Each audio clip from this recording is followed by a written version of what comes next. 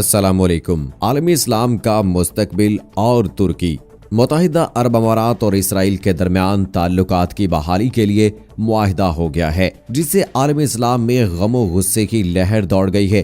ताहम अब अमरीका ने सऊदी अरब पर जोर दिया है कि वो इसराइल से अपने ताल्लुकात बहाल करे। सदर ट्रंप की मशीन ने कहा है कि सऊदी अरब के इस इक़दाम से उनका मुश्तरका दुश्मन ईरान कमजोर होगा। इसराइल से तो किसी अच्छाई की उम्मीद नहीं की जा सकती, लेकिन ये बात यकीनी है कि मुत्तहिदा अरब अमारात, सऊदी अरब और दीगर मुस्लिम ममालिक कभी भी मकबूजा कश्मीर के मामले पर भारत का साथ नहीं देंगे। सऊदी अरब के इसराइल के साथ ताल्लुकात की बात सदर ट्रंप और उनके दामाद की तरफ से की गई है, लेकिन शायद ये इतना आसान नहीं होगा। मुत्तहिदा अरब अमारात और इसराइल के दरमियान मुआहिदा अगरचे दोनों ममालिक का अंदरूनी मामला है, लेकिन इस मुआहिदे के असरात पूरे खित्ते पर पड़ सकते हैं। ईरान और इसराइल के दरमियान कशीदगी से दीगर कई अरब ममालिक भी मुतासिर हो सकते हैं। भारतीय वज़ीर आज़म नरेंद्र मोदी भी इसराइली नक्शे कदम पर चलने की कोशिश कर रहे हैं, लेकिन फ़लस्तीन और कश्मीर में बड़ा फर्क है।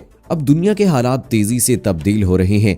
अब मोदी को भी अपनी सोच तब्दील करना पड़ेगी। खुद भारत तेजी से तकसीम की तरफ बढ़ रहा है। इसराइल और ईरान के दरमियान मामलात इंतहाई कशीदा हैं। दूसरी तरफ इसराइली वज़ीर आज़म नेतन्याहू के खिलाफ इसराइल में ही मुतअद्दिद एहतजाजी मुजाहिरे हो रहे हैं। बालफाज़े दीगर ये कहा जा सकता है कि अमरीकी सदर ट्रंप और इसराइली वज़ीर आज़म नेतन्याहू ऐसे इक़दामात महज अपनी सियासी बका के लिए उठा रहे हैं। मज़ीद तफसील में जाने से पहले आपसे गुजारिश है कि अगर आपने अभी तक हमारा चैनल मारखोज सब्सक्राइब नहीं किया है तो अभी सब्सक्राइब करें, साथ में बेल आइकॉन को ज़रूर प्रेस करें ताकि लेटेस्ट अपलोड होने वाली हमारी वीडियोस का नोटिफिकेशन आपको बर वक्त मिलता रहे। दोस्तों, ईरान और इसराइल के दरमियान कोई भी हादसा पूरे खित्ते को अपनी लपेट में ले सकता है और अहादीसे मुबारका के मुताबिक ये एक बड़ी जंग का पेश खैमा बन सकता है। ये याद रहे कि खुदा ना खास्ता अगर ऐसी सूरत हाल बन गई तो इसकी सिर्फ ईरान और इसराइल ही फरीक नहीं रहेंगे। पाकिस्तान और सऊदी अरब के ताल्लुकात भी इन दिनों बहस का मौजू हैं। पाकिस्तानी कौम और हुक्मरानों को याद रखना चाहिए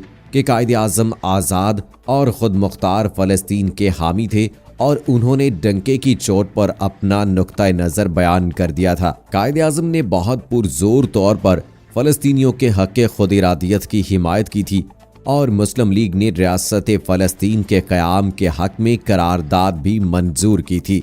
तकरीबन 100 साल पहले 1917 में ऐलान बिलफौर हुआ।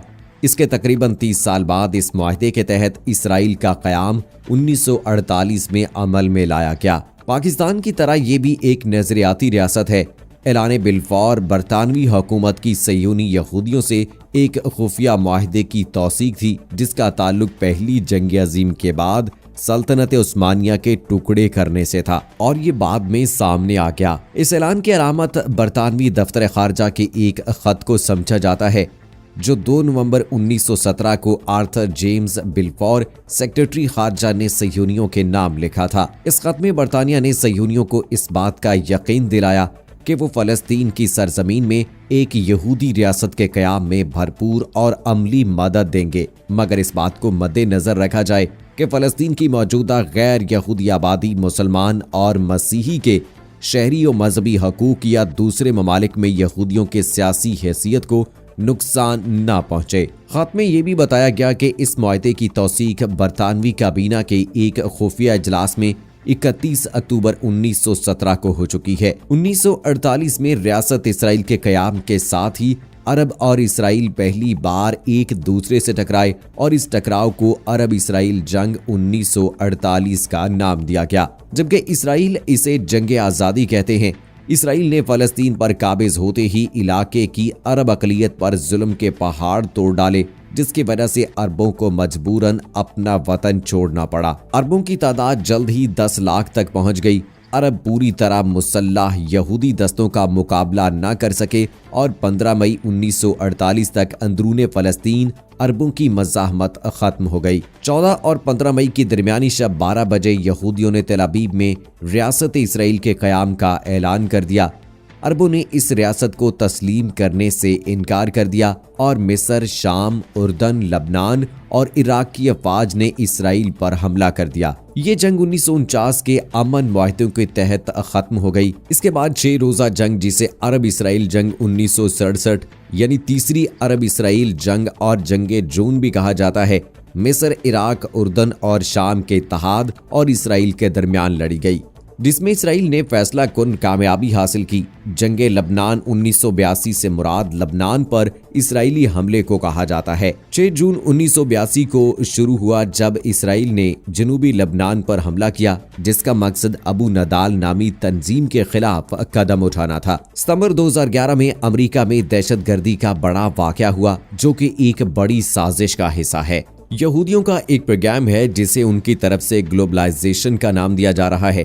इस ग्लोबलाइजेशन के खिलाफ अगर दुनिया में कहीं रद्द-ए-अमल है तो यूरोप और अमेरिका में है। हमें तो पता भी नहीं है कि दुनिया में क्या हो रहा है, हमें आगाही ही नहीं है। हमें क्या पता कि नए इंसानी की किस्मत के बारे में क्या फैसले हो रहे हैं।